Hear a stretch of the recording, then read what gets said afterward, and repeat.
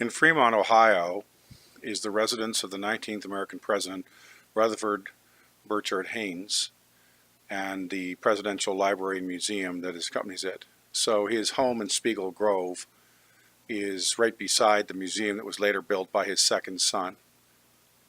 So we pulled in there with the RV and enjoyed the tour wonderfully. We're not permitted to take pictures inside the house, but we can take them on the grounds. And it's a beautiful grove for walking and so forth, regardless of the history that's there. President Hayes, of course, served from 1876 to 1880. Here's the home in the distance. You can see what it looked like. It was given to him by a family member who passed away, who had built the home with him in mind. And it certainly would be a grand home at that time. The bunting and so on was because Independence Day was very close to the time we visited. Here's a view from the back of the home. You can see the conservatory and the fairly substantial undertakings of this home, and as it would have been in those days. And here's the grounds. We're walking now from the home proper to the graves and to other parts of the gardens that exhibit in this area, and there's very nice paved walking paths and all the rest. So you can see the museum to the left here and the home to the right. The street is to the left of the museum further, and the grove is behind you and to the right. Here's the tomb of President Hayes. Died, I think, if my memory serves me, 1893. His wife died about 5 years earlier, and he was really missed her. They were at an excellent connection.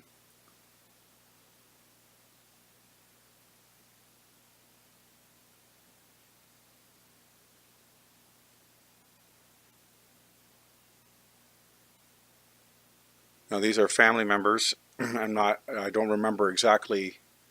I think if you look at the symbols at the top of the grave there, I think there may have been Revolutionary War heroes there. Hayes, of course, became a general in the Civil War at the end, and he was also from the Ohio Regiment, and he was also, of course, governor of Ohio 3 times before he became the 19th American president. Lots of wildlife in the forest, big old trees. It's been here a long time, and so you get a chance to feel the age of the place by just the size of the different types of trees and so on that are there. It's very nice there, actually, especially on a hot day. You've got excellent shade and a bit of a breeze and so on. It's very nice.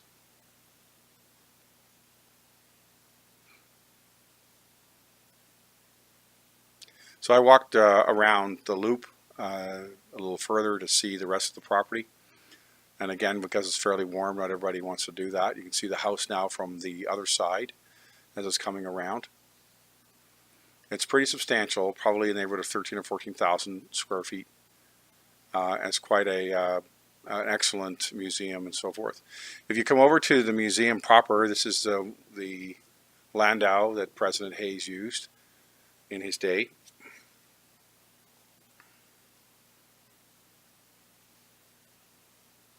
And his desk and a host of other types of artifacts that have been preserved from his time.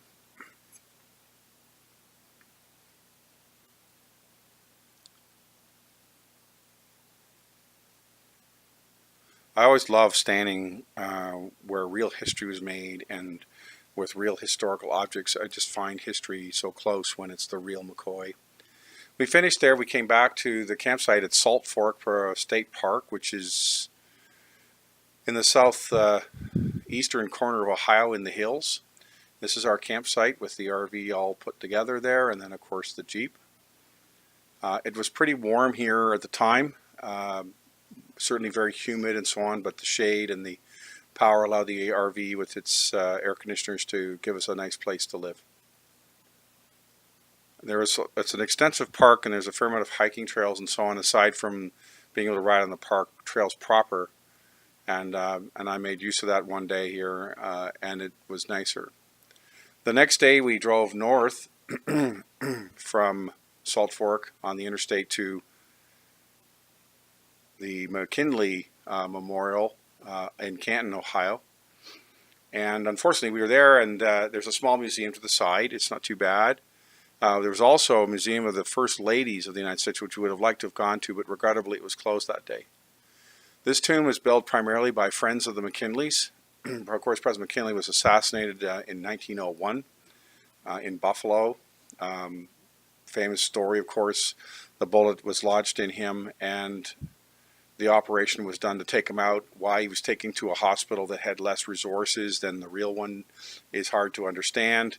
He also, the hospital that he was worked on had no electric power, and apparently, students were using pie plates to reflect light into the operating room and all the rest. Inside the tomb, of course, is the sarcophagus here with President McKinley and his wife. And this is all beautifully done here.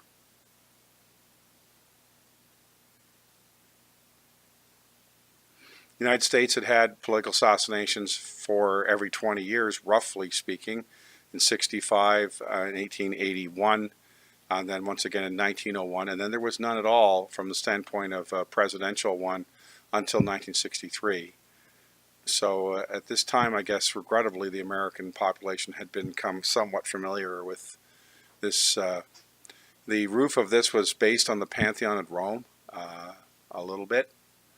It's nowhere near as big, of course, but that was the idea. And there's lots of beautiful plaques and works and so forth here representing different aspects of the McKinley circumstance.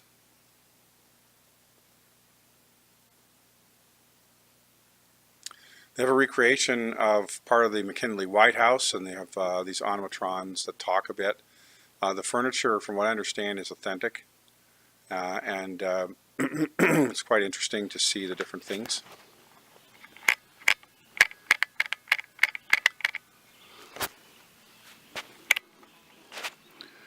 So I'm here in Salt Fork State Park in southeastern Ohio, and this is a fairly good-sized park, and this is up and down a bit, the landscape here. It's beautiful here.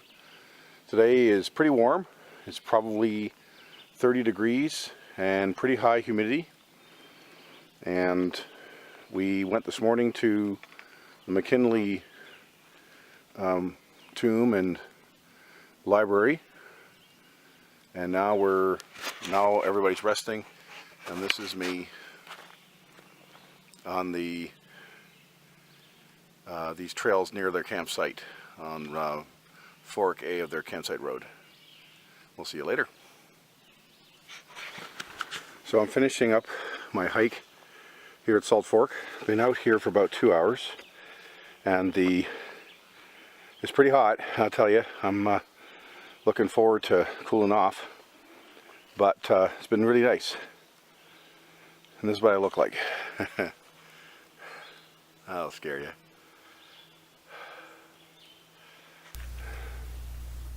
So the forest trails were well marked, and there was no real difficulty in knowing where I was going. There wasn't always an overriding map that you could sort of figure out what you're doing. There could have been a bit more signage and so on to reference. There's some interesting creatures. There's a snake, I'm not sure what type, but it didn't cause any concern. And of course there's deer in the forests, and we saw a couple in the distance. It's a bit rare, of course, when it's the height of the day, mid-afternoon sort of thing. I hiked about 7.5 or 8 kilometers in this forest, and I was enervated with the humidity and the temperature, and there was a fair amount of vertical here. And comically, when I got finished, I came by the men's washroom. There was a soda machine there with advertising Pepsi products, and I desperately wanted one, but I was 25 cents short, so I had to hike all the way back to the RV to get some refreshments. The next day we headed west to the National Road Museum. These roads were built, some of the first roads were built west of the Appalachian Mountains to allow for people to move west and begin to settle Ohio and Illinois and all the rest. And this is one of them here. And what's amazing is, of course, the parts that are left over. The museum is terrific inside, and it shows through dioramas and so on how the road was constructed and maintained. And of course, it went through a lot of phases of being built and then being neglected and all the rest. But the road markers and the mileage posts and so on are all, some of them survive. And it's really wonderful to go down the road and see them and recognize that these have been a big part of the history at that time. They've preserved good portions of it, and you can actually drive on a few of the segments, as you'll see in a few minutes. We hunted a few of them down and were able to drive on the original brick surface that for the most part had been simply set aside after the modern highways had been constructed. So here's one of the bridges they built. It was common to build these small metal bridges or to build stone bridges, and they would build them straight across the streams. And this would cause the road to jog at the roadway. So here's one of the representative stone cairns. Some of them are in better shape than others, but they're chiseled with the thing. And behind you can see a little bit of elementary road building equipment and so on has survived. So a road grader, probably towed by horses, and a small sort of steamroller. They used Maticum as well to compress the stones down, and you rode on the stones that were pressed together. This looks like a water pump of some kind. So here's a ride on the old road.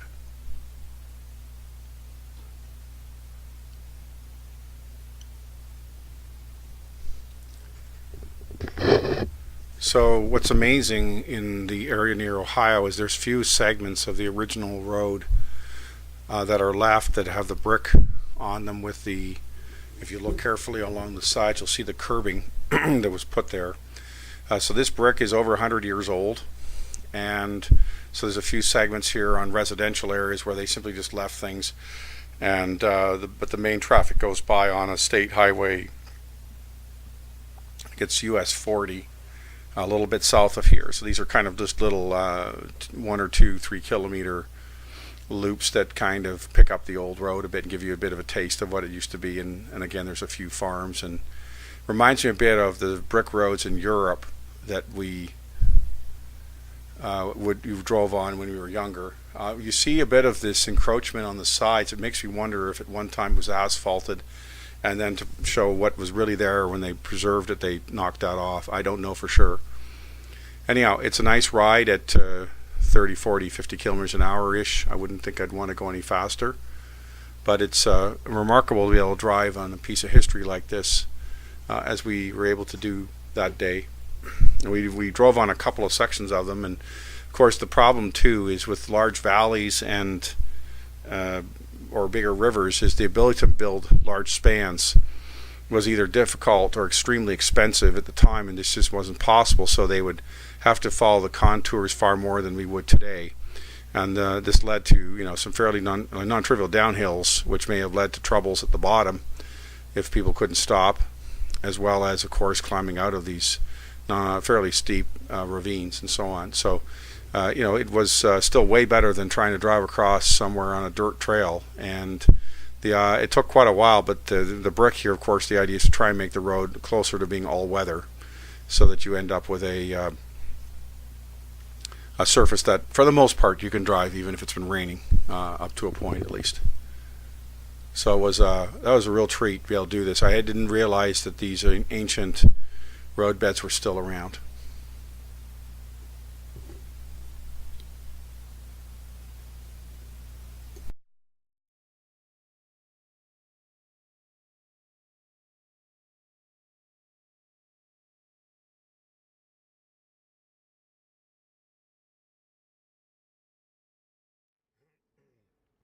So this is a section of the National Road. These bricks were laid 100 years ago, and we're just taking a ride in the Jeep on a very old road that originally is on the original right of way from 1828, and following the contours of the land. So this section is only about 0.6 of a mile long before it goes back to the regular roads, but it just gives you a sense of the road they lived on. and of course how important this would be with the commerce of the time compared to mud roads and everything else. So anyhow, there you go. We then went east to the town of New Concord, Ohio, which is a nice village of maybe 5 or 6, 10,000 people. It looks very much like a town like Orangeville in Ontario, and of course it's the hometown of John Herschel Glenn Jr. and his wife Annie. And the birthplace home has been moved 2 or 3 times. It's now on the main drag, and it's now a site of tours where it has been devised and designed and restored to the time of 1961-62 when John Glenn had first made his attempt as a Mercury astronaut, and later, of course, in 62 when he first flew. Of course, this would have been his parents' home, and much of the items here are representative of the time and not actually of the Glenn family, but still gives people a sense of what things looked like, as of course many of us of my age are going to say, gee, I lived like that. Interesting little side story in the Glenn bedroom. They have the artificial airplanes and so on that Glenn felt were way too well made for what he would have done. They asked Annie Glenn if she thought it was a good job, and she of course turned to them. She says, well, you know, I was never in John's bedroom. So it was actually pretty cute how they lived. 2 truly remarkable people of great integrity. I've got a lot of respect for them. Here's one of his powder blue astronaut jumpsuits that he would use in times when he was in the public or so forth. And so that was a very interesting little stop. We go back to the National Road as we came back towards the campsite, and here's some of these S-type bridges. The bridge is built directly across the river at a 90-degree angle because it's more efficient that way, and the road is designed to curve. So you can see the brick, and this is original roadway here. And so you can walk across the pylons to prevent cars from going on it, and you see the arch bridges that are across the road. And it was really quite nice. And so here's the plaque explaining the whole reality of it all. But again, to think that so much of this has been allowed to survive instead of be underneath the builder's hammer is wonderful. So here's some pictures back when this was commissioned. You can see the lay of the land and the, you know, more dramatic turns of the road and so on. So it was pretty special to see this type of a feature. And there's a number of these. This was one that was quite easy to find at the side of the road when you begin to realize what's actually still left and visible. So it's pretty fun.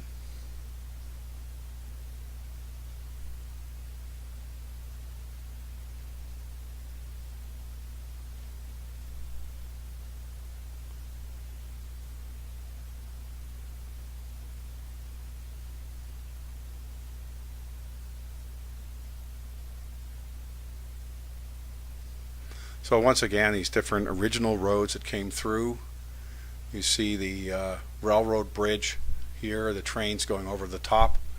Again, a single bridge because there was never enough traffic to ever justify 2 cars meeting at a bridge. That just didn't happen. And here's some more of the old segment of the road as we came along.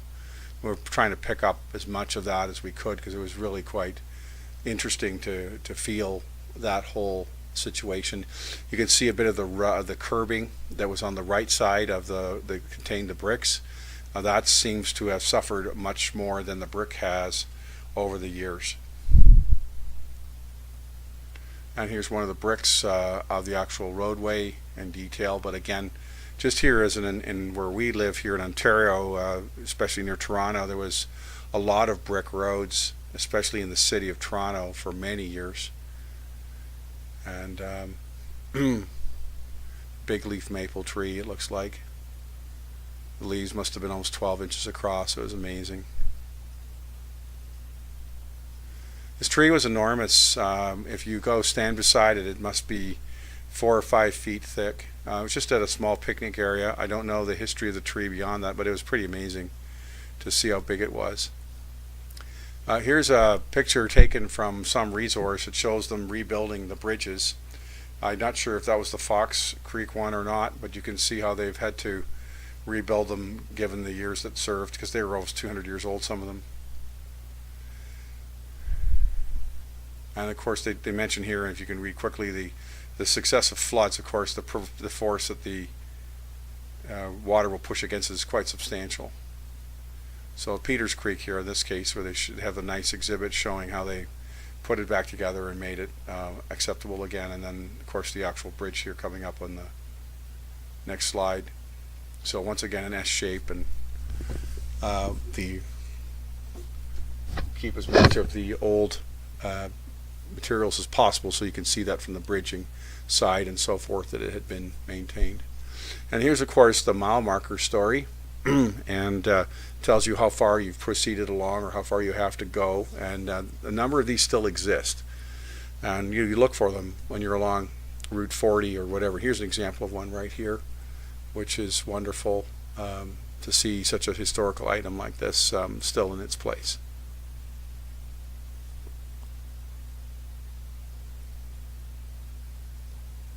Another one of the S bridges, looking historical, I suppose, with the bit of overgrowth we have there.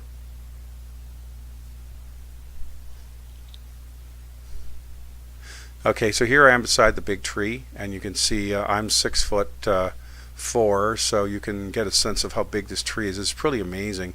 And this is just a small picnic area beside one of the road smart artifacts. It's pretty amazing to see all of this.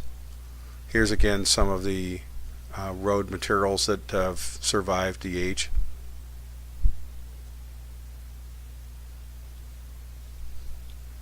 And more of the bricking, and you could see that they had been covered on the right maybe by some asphalt or whatever for a while, and of course that's been allowed to break away. So you can see the actual original bricking underneath, which was how it holds it together. Here's some more of it here.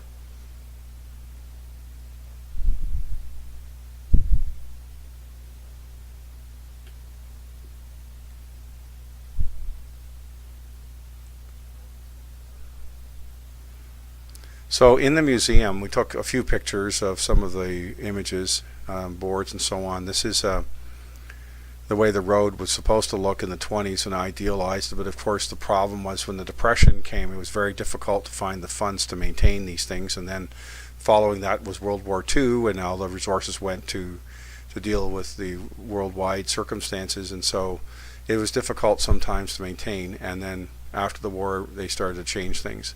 Here's another segment as well of our national road that is just looking very historical. It's not been probably done much has been done to it, and here's more of it going into the forest. But it's pretty amazing to start to think about all the traffic that crossed these paths as the country was developing.